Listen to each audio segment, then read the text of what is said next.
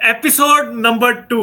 IPL का आधा season खत्म हो गया है और हम आपके लिए लेके आ गए एक sort of mid season review. सवाल काफी चले, ये आईपीएल बहुत टाइट है। और welcome to cricket chronicles with Chandresh 5 in 15। Sir, how have you been and how have you been enjoying the IPL? It's been fun या इट्स बीन फन थोड़ा मतलब दे कैन बी जल्दी मैच खत्म कर सकते हैं पर 4 सवा 4 घंटे हर मैच में लग रहा है तो थोड़ा तकलीफ हो रहा है पर I think overall it is good. Yeah, it has been. And sir, first question that we will start with, it is a question that you usually ask at the end of the segment, but people have been really asking because run rate की लड़ाई चल रही है और points table में आपको किन 4 टीमों ने इम्प्रेस किया है और अभी का टेबल देख के आपको क्या लग रहा है, who will most likely make it through to the playoffs? देखिए अभी मैं जो पॉइंट्स टेबल पे देख रहा हूँ उसके हिसाब से तो मुझे लग रहा है कि इस वक्त जो है गुजरात टाइटंस, दिल्ली कैपिटल्स और पंजाब, ये तीनों टीमें मुझे लग रहा है कि दे आर लुकिंग गुड. पर उसके बाद जो चौथी टीम है ना, मुझे लग रहा है बेंगलुरु, लखनऊ और मुंबई, इन तीनों के बीच में लड़ाई होगी. वो मुझे लग रहा है कि वो दो टीमें जो है गुजरात और दिल्ली तो बहुत आगे निकल गए हैं. बिल्कुल. और मुझे लग रहा है कि अप्रैल का महीना खत्म नहीं हुआ उसके पहले ही वो दोनों मतलब लगभग क्वालिफाई कर चुके हैं. मतलब आप अगर लॉजिकली देखें, they have to play really badly from here on to not be in the playoffs. तो I think that this tells you that this is a मतलब edge in like clearly now वो एक slot के लिए लड़ाई हो रही है. Yeah, correct. That 3 and 4, we always know it's never showed in the last few days of the IPL. But I think in this case it is more about 4. Yeah. 3 से भी ज्यादा 4 की लड़ाई है ये. Yeah. So according to sir, it's Punjab, and being a fan, I'm very hopeful. But we have to see how this team plays in the second half. We have seen. But next question, sir. बहुत सारे match हुए, but if you have to pick one out of the 40 matches so far, best match of the season. All right, I'll make it 2. Best 2 matches of the season for you. I think वो जो और दोनों match मेरे ख्याल से जो दिल्ली जिसमें involve थे, नहीं मेरे ख्याल से वो Lucknow versus Rajasthan. Last over आवेश डिफेंस. नहीं, I think I am a bit confuse now. तो देखो, पहली बात तो दिल्ली वर्सेस लखनऊ जो मुकाबला हुआ था, वो वाला मुकाबला मेरे ख्याल से बहुत बढ़िया था क्योंकि Ashutosh Sharma played with a lot of passion and aggression. वो मुझे बहुत पसंद आया. And he was very sure about himself, which was very good to see.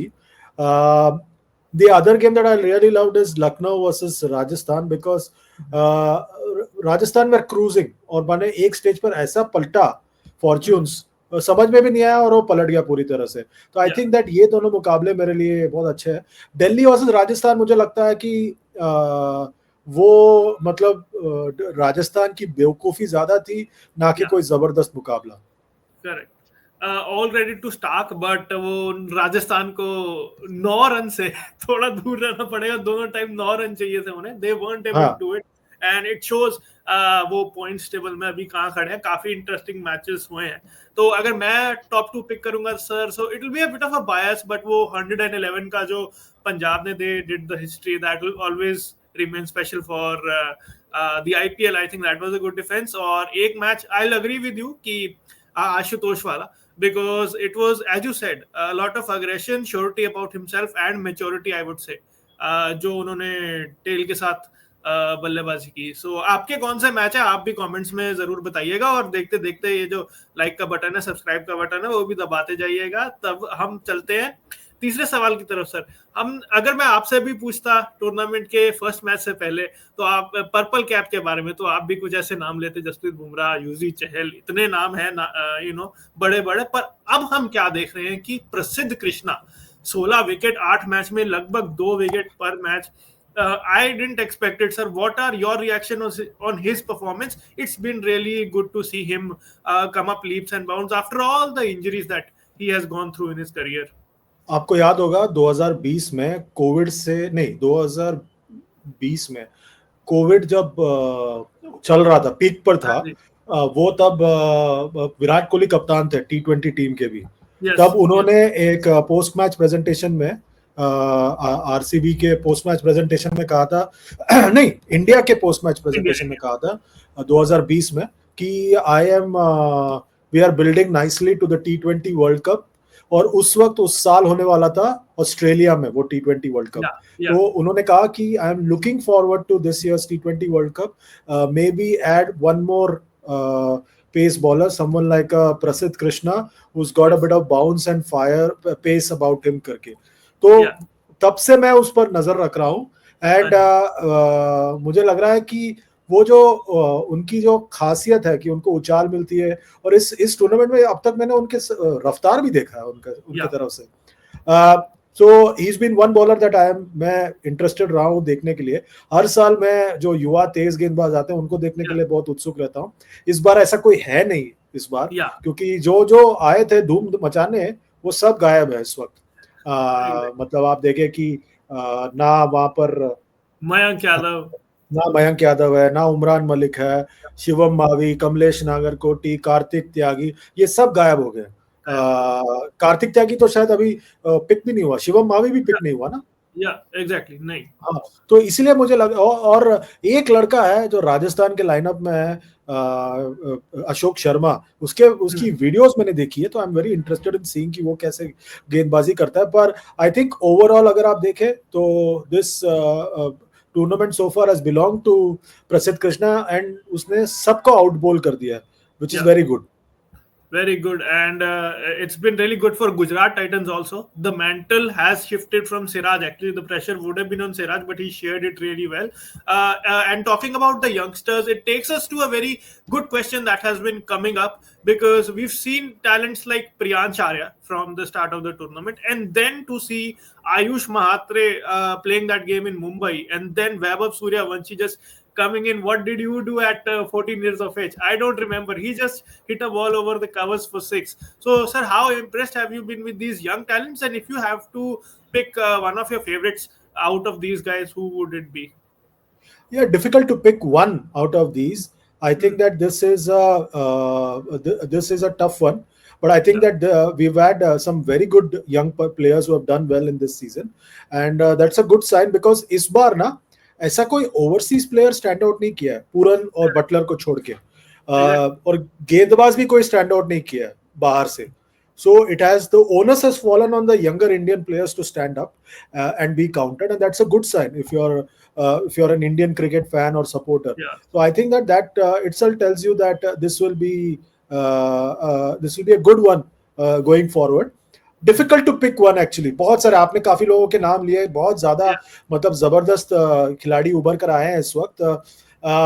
हर एक खिलाड़ी का अलग अलग स्टाइल है, यूएसपी है। मतलब विपराज निगम भी है जो अच्छी गेंदबाजी करते हैं, बल्लेबाजी भी करते हैं, फील्डिंग भी अच्छी करते हैं। दिग्विजय राठी अलग ही स्टाइल है, एक हाथ इस्तेमाल ही नहीं करते, एक ही हाथ से सब कुछ करते हैं। तो मतलब ये सब अलग अलग स्टाइल देखने मिल रहा है। प्रिंस यादव, मतलब जो एक दो मुकाबले वो खेले हैं, फायर दिखाया उन्होंने।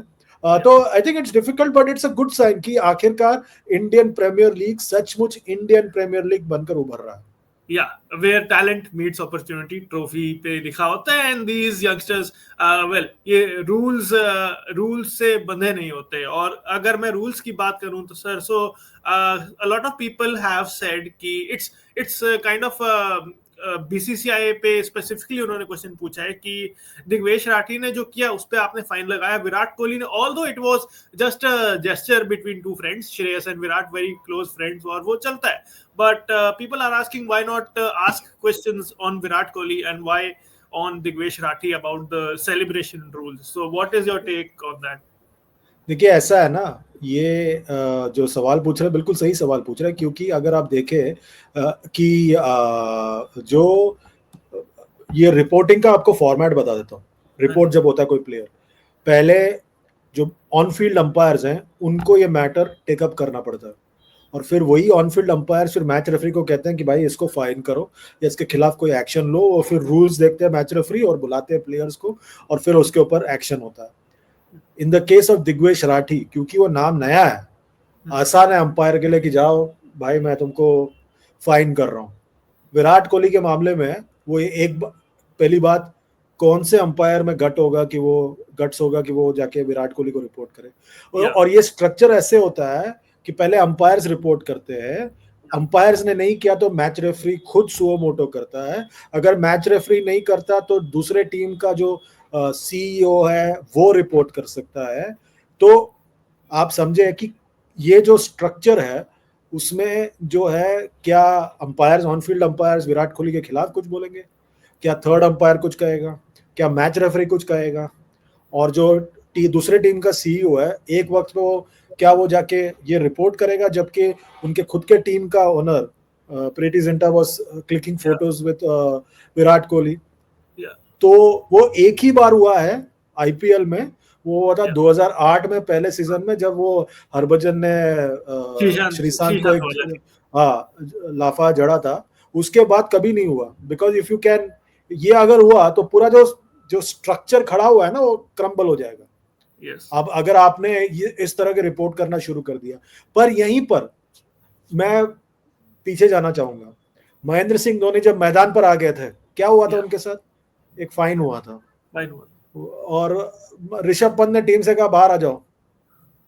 राजस्थान के खिलाफ एक मैच था, उन्होंने कहा बाहर आ जाओ, हो गया बहुत हो गया, नहीं दिया, बाहर आ जाओ। फिर उन्होंने प्रवीण आमरे को भेजा फील्ड पे, क्या हुआ उनके साथ? कुछ नहीं हुआ, प्रवीण आमरे फंस गए उल्टा। तो I think that this is कभी नहीं होगा ये यहाँ पर, क्योंकि वो जो एक बात है ना सुपरस्टार कल्चर, वो यहाँ पर बहुत ज्यादा स्ट्रांग है। जब तक वो, और सुपरस्टार कल्चर कहीं जाता नहीं है, कहीं नहीं जाने वाला। आप कितना भी कोशिश कर ले, कहीं पे नहीं जाने वाला।